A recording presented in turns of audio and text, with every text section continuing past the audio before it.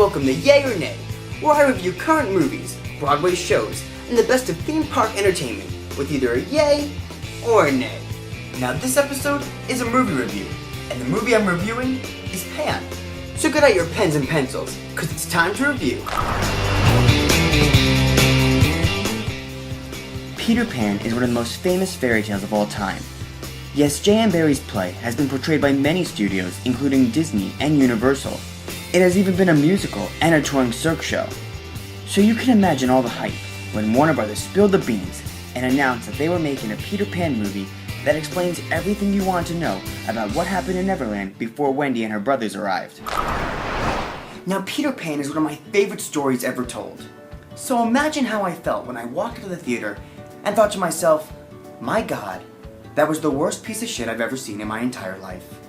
Now, there are many reasons why this movie turned into the shipwreck that it was, but I think the biggest reason why this movie was so bad was because of the writing/storyline. Let's be honest, this movie was basically Tim Burton's Alice in Wonderland with Maleficent's ending. Mainly because they centered the story around one word, a prophecy.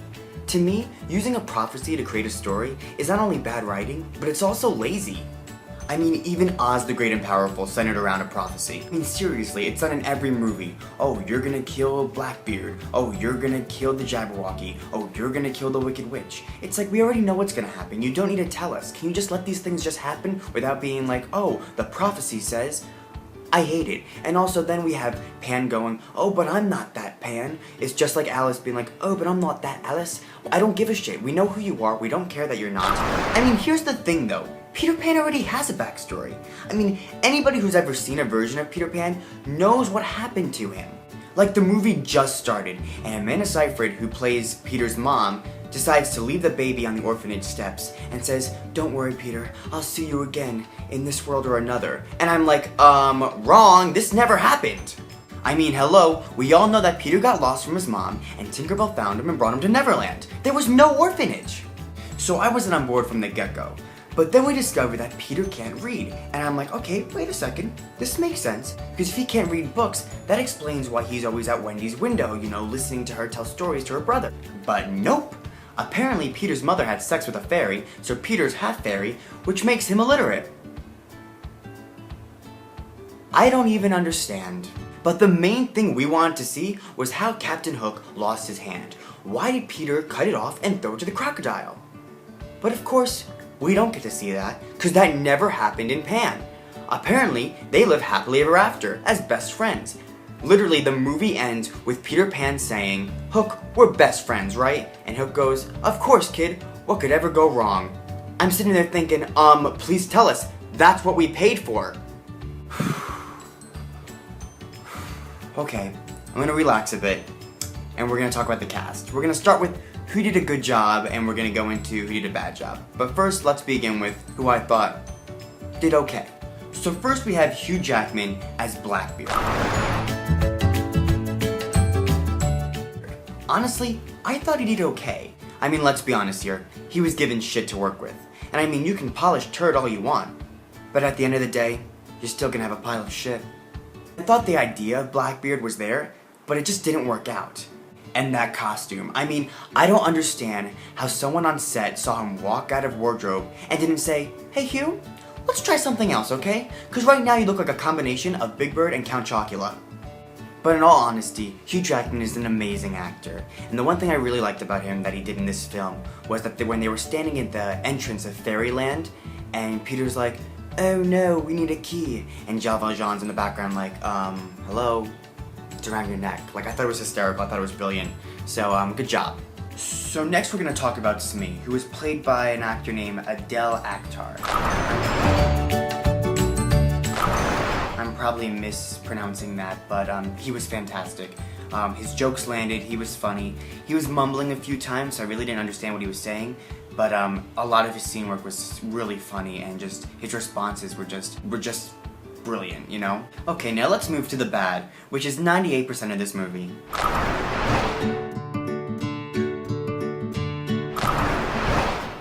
Hook, fucking Hook. I hated Hook with every fiber in my body. The acting was bad, the characterization was bad, the costume was bad. Everything about this character was horrible, and I think it probably is one of the worst performances in cinematic history. And I don't even know where he was going with this character. I mean, it was a mix between Jack Nicholson, Indiana Jones, a cracked out Johnny Depp, and a hyena with hemorrhoids. Nothing was justified. I mean, the way he delivered the lines, I'm like, what are you doing? You're becoming unlikable. I do not like anything you are doing. Now, apparently the actor that played Hook, his name is Garrett Hedlund. And you can't put all the blame on him, you know. Some of the blame has to go on the director.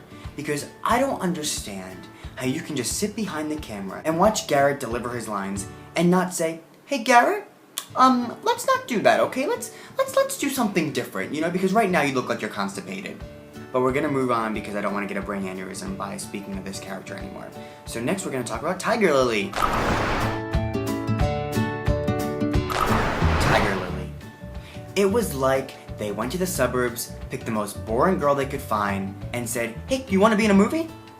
And that headpiece, I mean, it looked like they skinned a totally troll and got its hair did. I truly believe that Tiger Lily should be played by a Native American. I mean, that's just the way it's supposed to be. When the poster came out and they showed Tiger Lily on the poster board, a lot of people were upset by this. And apparently Warner Brothers said that they casted the most talented girl for the part. They casted the most talented girl they could find. I'm like, where the hell were the auditions? In Stamford, Connecticut? So next we're going to talk about Peter Pan himself, played by Levi Miller.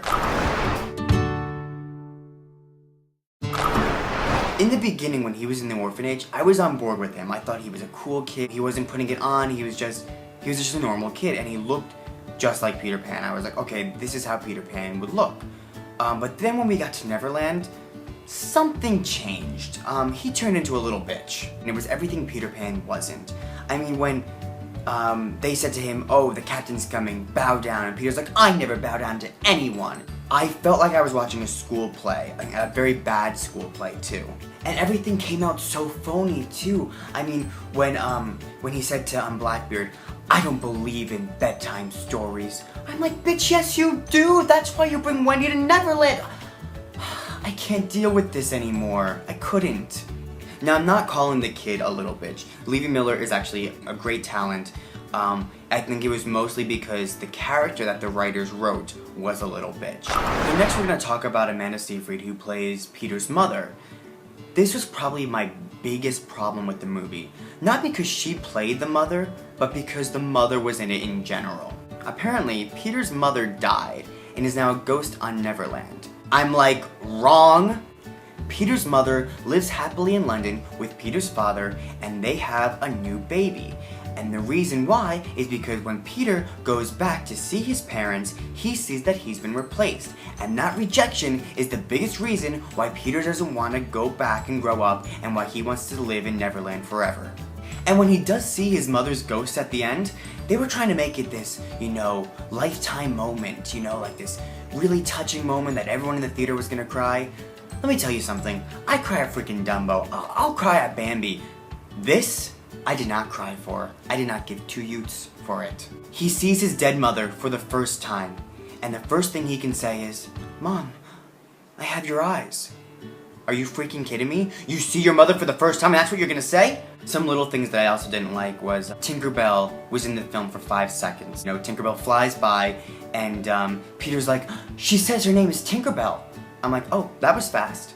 There were mermaids in it, and the mermaid, though she looked gorgeous, she shouldn't have saved Peter because the mermaids are bad in every version and every legend, except Little Mermaid. These mermaids are supposed to be bad. So anyway, that's all I'm gonna say about Pan. Obviously, we're gonna grade it right now, and we're gonna give it a nay. A merfrickin' nay. Because this movie was the worst thing I've ever seen in my life. So yeah, that's all I'm gonna say. Thank you so much. Tune in for more movie reviews. Have a good day. Come on,